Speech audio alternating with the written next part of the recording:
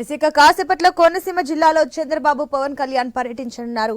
P Gannavaram, Amalapuram నియోజకవర్గాల్లో ప్రచారం అనంతరం అంబాజీపేటలో ఉమ్మడి బహిరంగ సభను నిర్వహించనున్నారు. రాత్రి అమలాపురంలో చంద్రబాబు పవన్ సభ జరగనుంది.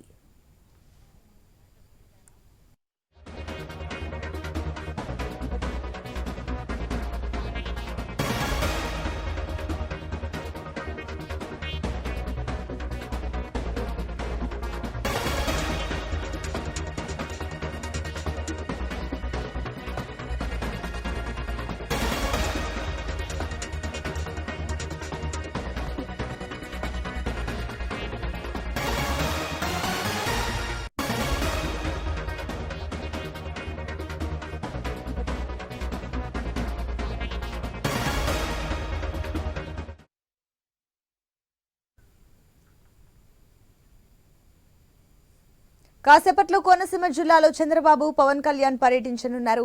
పి గన్నవరం, అమలాపురం నియోజకవర్గాల్లో ప్రచారం అనంతరం అంబాజీపేటలో ఉమ్మడి బహిరంగ సభను నిర్వహించనున్నారు. రాత్రి అమలాపురంలో చంద్రబాబు పవన్ సభ జరగనుంది. దీనికి సంబంధించి మరిన్ని డీటెయిల్స్ మా కరెస్పాండెంట్ హరీష్ అందిస్తారు. Harish, over to you.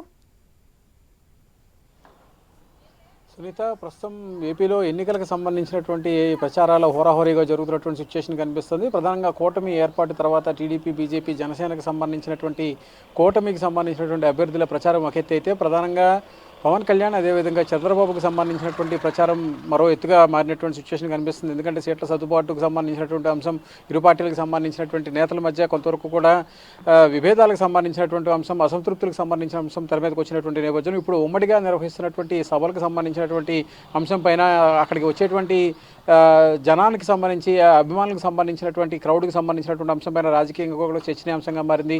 ఈరోజు మరోసారి పి గన్నవరం, అమలాపురం నియోజకవర్గాలకు సంబంధించినటువంటి ప్రాంతాల్లో రోడ్ షోలు, సభలు కూడా నిర్వహిస్తున్నటువంటి సిచ్యువేషన్ కనిపిస్తుంది.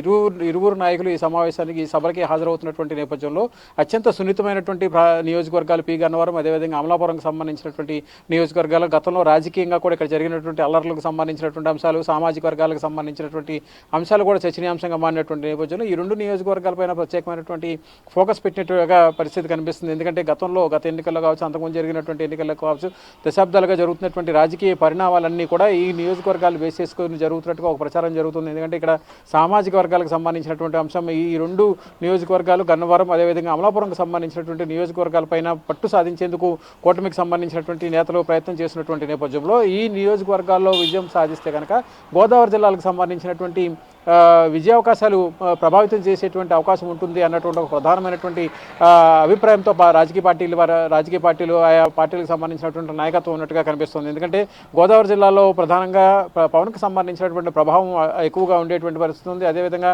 సామాజిక వర్గాల సమీకరణలో గతంలో చూసుకుంటే కనుక టీడీపీకి ఎక్కువ మైలేజ్ వచ్చినటువంటి సీట్స్ కూడా ఈ ఉభయ గోదావరి జిల్లాలకు సంబంధించినటువంటి నియోజకవర్గాలు ఉన్నటువంటి పరిస్థితి కనిపిస్తుంది. ఇక పి గన్నవరం అదేవిధంగా అమలాపురం నియోజకవర్గాల్లో కూడా గతంలో టీడీపీకి సంబంధించినటువంటి ప్రభావం అత్యధికంగా ఉండేటువంటి సిచ్యువేషన్ ఉంది. ఇక పవన్కి సంబంధించినటువంటి అభిమానులు, ఓట్ బ్యాంక్కి సంబంధించినటువంటి అంశం ఈ నియోజకవర్గాల్లో కూడా అత్యధికమైనటువంటి ప్రభావితం చూపించేటువంటి పరిస్థితి ఉంది. ఇక్కడ జరిగినటువంటి పోలింగు అదేవిధంగా ఇక్కడ విజయావకాశాలు బేస్ చేసుకుని ఇతర జిల్లాలపైన కూడా ఈ ప్రభావం ఉంటుందన్నటువంటి ఒక అభిప్రాయం వ్యక్తమవుతున్నటువంటి నేపథ్యంలో ఈరోజు జరిగేటువంటి సభల్లో, రోడ్ షోల్లో ఎలాంటి రాజకీయపరమైనటువంటి అంశాలు తెర మీదకు వస్తాయి, ఏ రకమైనటువంటి హామీలు వస్తాయన్నది కూడా ఒక రకంగా ఆసక్తికరంగా మారింది. ఇప్పటికే బాబు అదేవిధంగా పవన్ కళ్యాణ్కి సంబంధించినటువంటి నేతలు ఇరువురు కీలక నేతలు రోడ్ షోలు నిర్వహిస్తున్నారు, సభలు కూడా నిర్వహిస్తున్నటువంటి నేపథ్యంలో విడివిడిగా నిర్వహించినటువంటి సభలతో పాటు ఇప్పుడు ఇరువురు నాయకత్వం కలిసి, ఇరువురు నేతలు కలిసి అదేవిధంగా బీజేపీకి సంబంధించినటువంటి రాష్ట్ర అధ్యక్షులు పురంధేశ్వరి కూడా ఈ సభల్లో పాల్గొనేటువంటి ఛాన్స్ ఉంది. ఆమె కూడా ఎంపీగా పోటీ చేసినటువంటి సిచ్యువేషన్ కనిపిస్తుంది. సో ఇప్పుడు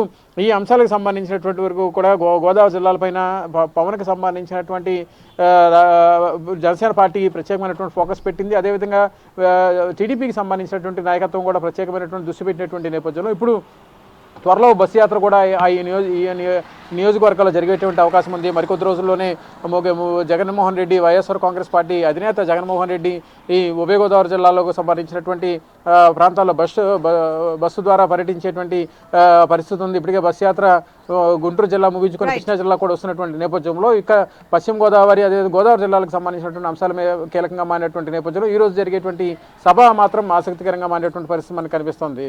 సునీత, థాంక్యూ.